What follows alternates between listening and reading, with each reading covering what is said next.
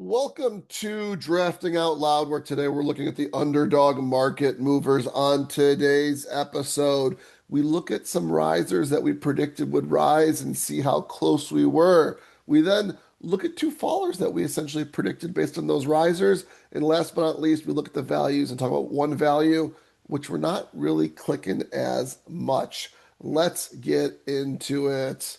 Number one, here are our risers.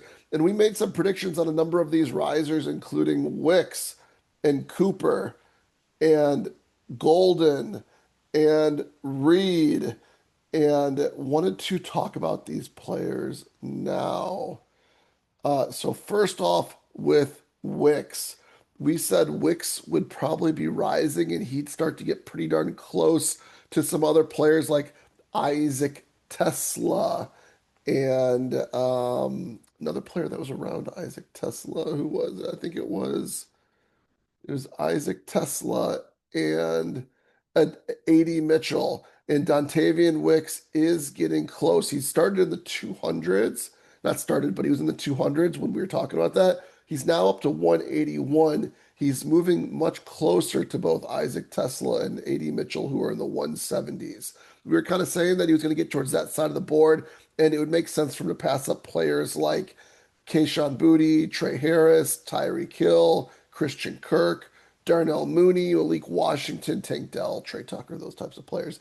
And it's happening. I'd expect to see Dontavian Wicks continue to rise. He is the second biggest riser behind Rashee Rice, and I'd expect him to stay one of the higher risers through the rest of this pre-draft section. Now, depending on what happens in the draft, will depend on if that rise continues or if it maybe even starts to fall, right? So if Philadelphia drafts a wide receiver very early in the draft that can take an outside receiving role from Dontavian Wicks, then you might see him start to fall again. Maybe not the greatest pick. But if they don't, you'd expect Wicks to continue to rise. And assuming that we get more signals that A.J. Brown is going to be traded, which we've gotten recently, you'd expect that rise to continue. Of course, if he doesn't get traded, then then you'd expect to drop again at that point in time. Omar Cooper Jr. Don't have as much of him as I probably should. I was in on him when he was like a last round pick, and he is expensive now. But I was always been saying that you could see him get to the point where Jaden Higgins and Jalen Coker are, and so Cooper was sitting in the 130s for the longest time. He's now broken the 130s into the 120s. You can see with 2.5 for the week and 1.23 for the day, and he's at 128 now, and Jaden Higgins and Jalen Coker are in the low 120s. So he's making his way down there. I'd expect to see him continue to rise through the rest pre-draft, and then landing spot dependent on if he continues to rise or not. I do feel like he's kind of overhyped at this point a little bit, just based on his lack of expected draft capital to start versus where it's at now, and how much of that is hype versus how he truly is as a player. Um, but we'll see when the draft happens. Next one is Matthew Golden. He's at 116 right now. Um we said we'd expect to see him rise, but we said it'd be tough for him to rise past Josh Downs, who was the next player that was getting drafted right before him.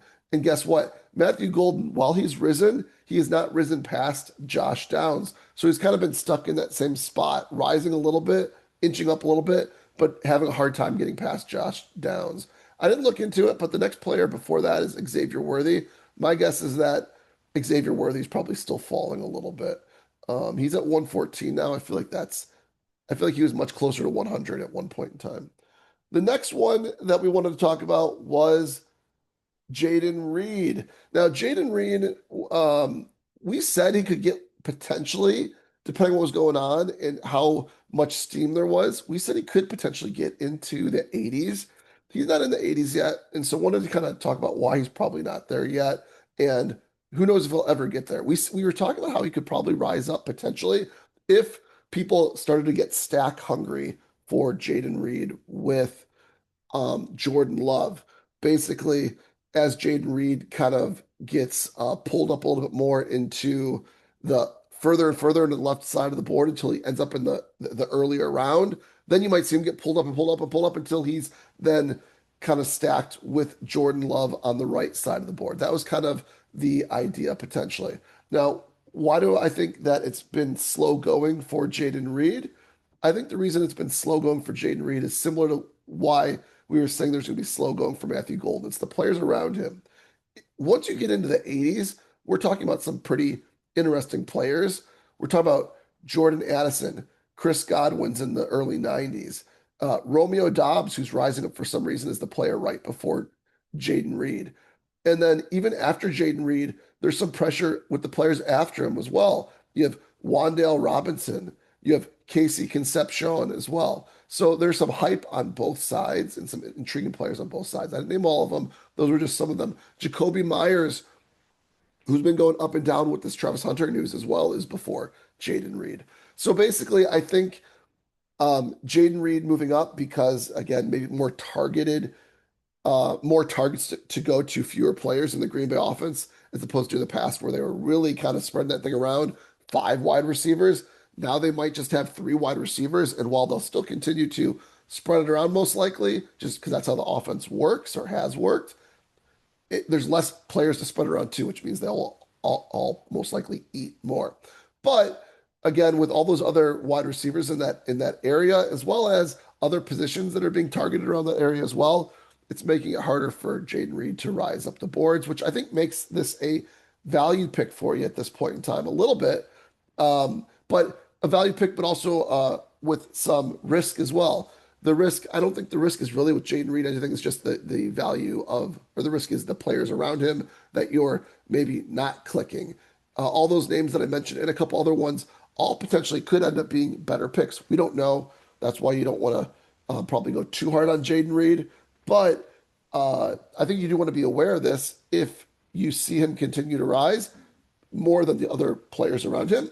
You maybe want to click him a little bit more so you get better prices now and get that ADP value, closing line ADP value.